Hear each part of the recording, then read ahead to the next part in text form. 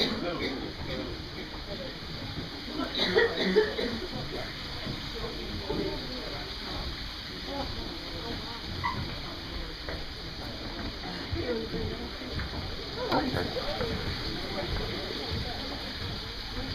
There's a mixture. Wow.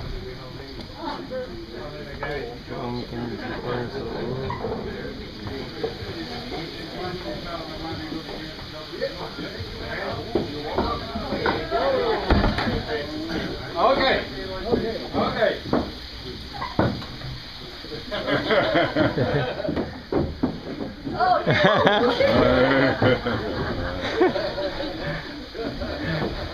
Okay, school time.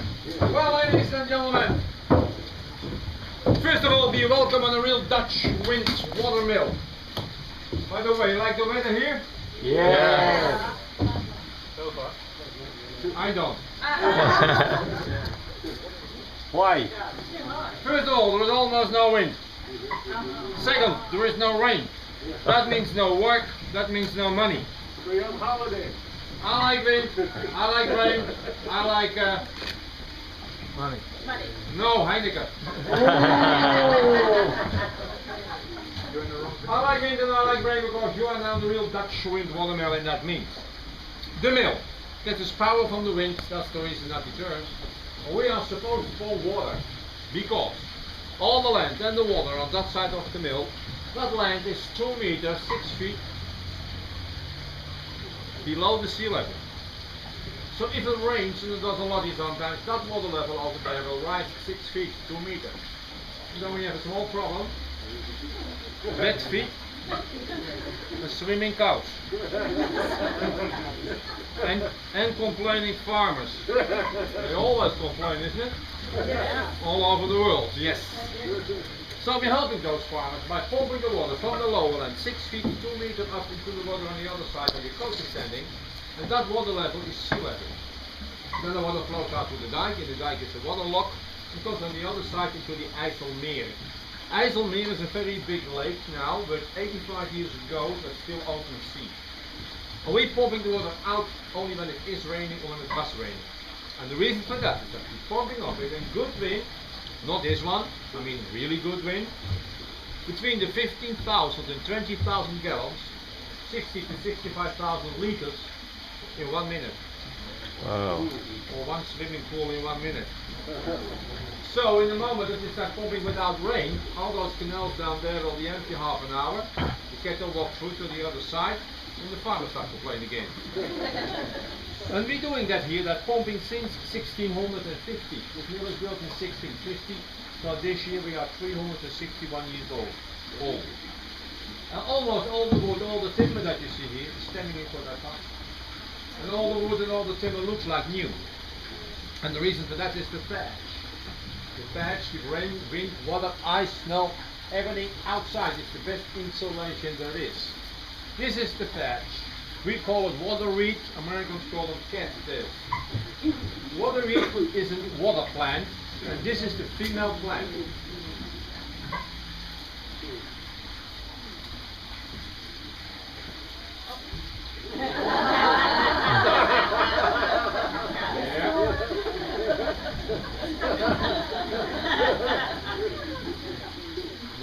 One to 5,000, small. Water reed is a family of bamboo, and it is growing over there on the water side, that yellow green stuff. And when you cut that in winter time and you dry it, you had a very cheap insulation 361 years ago. We got this thatch in 1988, and we paid $40,000 US for it. Reed itself cost almost nothing, but the labor nowadays to connect it on the mill make it so expensive. The whole thatch is handmade. They're sewing it with long needles and cord, in out, in out, in out, and you can see all the stitches on the inside, how they connect it on the mill. 4 or 5 guys working on a thatch like that for a month. On the other hand, a thatch like that can stay for 100 years. And this one in 1988, and the time we put our time was 1895. So the next one will be here in 2088. Well, I'm not here anymore. No. No, I am retired. Look there.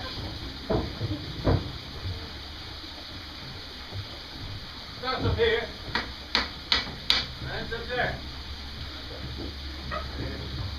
Oh. That's thick. That is one of the reasons that it's going to last for 100 years. To control the mill. To control the mill, we use three important instruments. First of all, we have speed control. Speed control goes with sails, cancels sails. Well, I don't have to pump right now, so the mill is turning with 4 open blades. But suppose that I have to pump, I can connect an empty blade and cancel sail. Before I can do that, I have to stop the mill first, otherwise we have to run very fast. To stop a mill, we're using a brake system. In the top, over there, is a big main wheel, it's about 12 feet wide, and over the main wheel is a wooden friction brake, like a horseshoe. That comes out on the back side with a big rope on the outside. When you pull on the rope, the brake flows over the wheel and you can stop the mill. It's a friction brake, it is wood on wood, so you have to stop the mill in between the 30 and 40 seconds. If you use the brake system longer, there is always a possibility to catch the mill in fire. And the best thing to do then is standing on the dike and watch. In the moment that the mill is standing still, and one of those wings is standing in front of the mill like that, I use those wings as a ladder to climb to the top, and from the top on I can unfold my sail, connect it on the back side of the wing, and with 4 full sails on my wings, I have 100 square meter sail to catch the wind. I can generate 150 horsepower, and with good wind and 4 full sails, the tips of those wings passing by between the 60, 70 and sometimes 80 miles per hour. In that moment we pumping 20,000 gallons in a minute, and that is the moment that I like it. Then the more and more wind is coming and it is going too fast, you can take off a quarter of the sail, half to 3 quarters, like a sailing boat. How more sail, how faster it goes. Speed control with sails, the friction brake to stop. The third instrument is a very important one. A couple of minutes ago you came into my mill by that door. Every mill in Holland has 2 doors. One on the west side, one on the east side. And the reason for that is this. The mill can only work when it's facing the wind. At the moment the wind is coming from east, so the mill is facing east, like that. Suppose that the mill is turning on top speed, and those tips passing by at 80 miles per hour, and you have only one door in the mill. Are you stepping out by that door? No. Don't believe me, you get a free haircut. And that is the reason that we have 2 doors. If the wind is east, the west door is open and the other way around. In the moment that the wind is changing from direction, and it goes more than 30 degrees to the left or to the right, the mill will stop because it's not facing the wind anymore. So you have to turn the mill to the direction of the wind. Fortunately, not the whole mill. First of all, I go upstairs, and up there you can rotate the top of the mill, including the cross, 360 degrees round. The whole top is lying on 72 wooden rollers, so you can rotate at 360 degrees. In the top is a big steering wheel, like one locking hooks, so you hook it in, and with 2 hands and 1 foot on the steering wheel, slowly you can turn the mill to the direction of the wind. For example, from east over north to west is the maximum, is 180 degrees, and that takes me 30 minutes and a lot of breath, because the weight of the top is 16,000 kilos. Wow. Yes, my morning exercise. Don't need a gym or a mill. Well, ladies and gentlemen, believe it or not, but so 100 years ago, and I'm talking about the year 1900, something like that. In that time, there were more than 10,000 windmills in Holland. 6,000 water pumps like this one, and 4,000 industrial mills. Mills for making flour, sawing wood, cutting tobacco, pressing oil from seed. But in that time, so around 1900, the steam engine came in Holland, and the gas motor. And we said, the old-fashioned windmills, what shall we do with them? Break them down and burn them down to collect the insurance money. And that is what we did. 9,000 windmills disappeared. 900 are left over. Nice shame, isn't it? But, so 25 years ago, There was a clever guy in the Dutch government. This one. We have one. And that clever guy said, well, you know, maybe someday something happens with the electricity or the oil. And in this area here, by Amsterdam to Alkmaar, we have 150 electric pump stations and 4 windmills. In the moment there is no electricity anymore, we can swim. This whole area here is below sea level. 52% of our country is below the sea level. So 25 years ago we started restoring our mills and rebuilding them. New ones, this type. Because every hour that I'm pumping nowadays on wind power, I'm saving $20 per hour on electricity costs. We're pumping here approximately 2,000 hours in a year, makes a savings of $40,000 using one windmill. And we start building the modern wind turbines. The tall one, with the 3 blades on top, the wide one, the ugly one. Well, those are made for making electricity. Fortunately, we have more than 300 wind days in a year. 300 days that we can use the wind. And the most important thing is, the wind is for free, and we are Dutch. You know what I mean. Does the government pay you? Are you Dutch?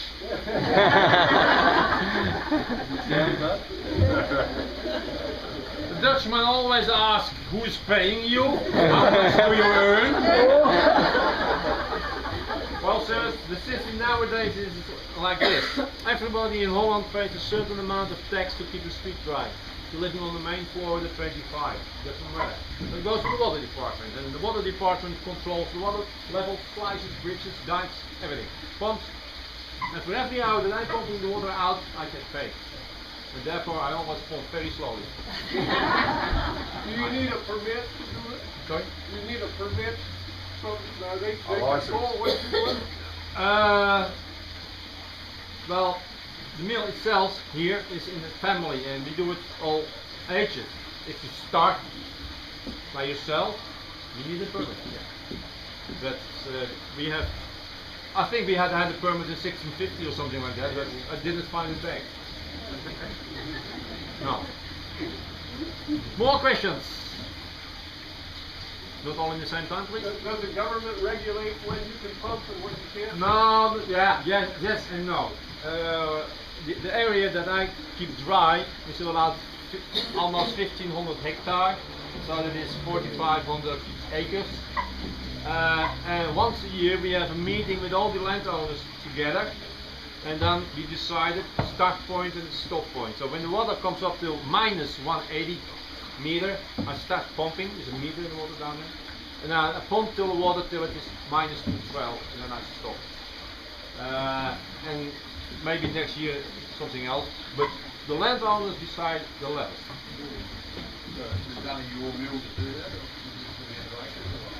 I keep 4,500 acres dry.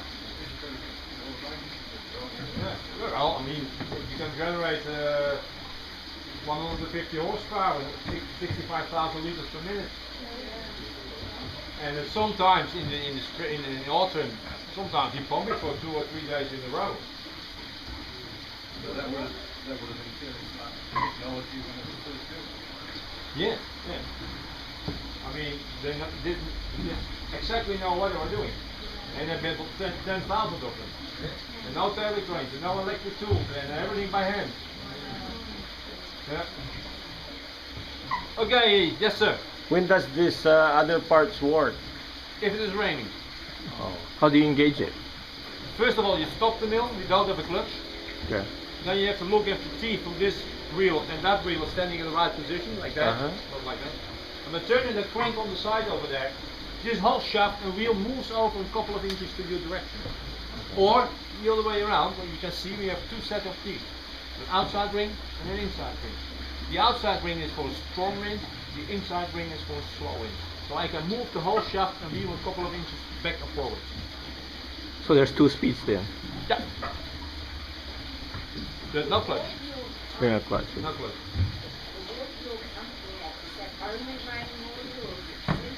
It is both. It is rainwater, it is groundwater that's coming up the ground, and there is water that goes underneath the dike, sitting underneath. The dike, the water in the lake is fresh water now, but in the old days salt because it was ocean. We closed the we built a big barrier dam in 1932. So since that time it is closed. There are two rivers coming out in the lake, and slowly it went over from salt to brackish, and now it is 1997. Hey guys and dolls, I have a question too. Do we have some brave people here? They went home. I'm just asking who's brave. You brave, sir, that's nice. You know what? We go outside, I tie you up on one of those rings and you can make this spin around. But I think that's not brave. The brave ones, and only the brave ones, are allowed to go upstairs and have a look in the engine room. If you're afraid for heights, please stay down, otherwise I have to get you down. When you're coming back from those steep stairs, please do it the same way as you went up. Backward with your nose to the stairs. You know, there are two ways for coming down. Walking down, the fast one is the slow one. Please take the slow one, the fast one makes you rest down here and I complete it. Okay, who's right? Start climbing. Go ahead. Go ahead. Go ahead. I've seen it before.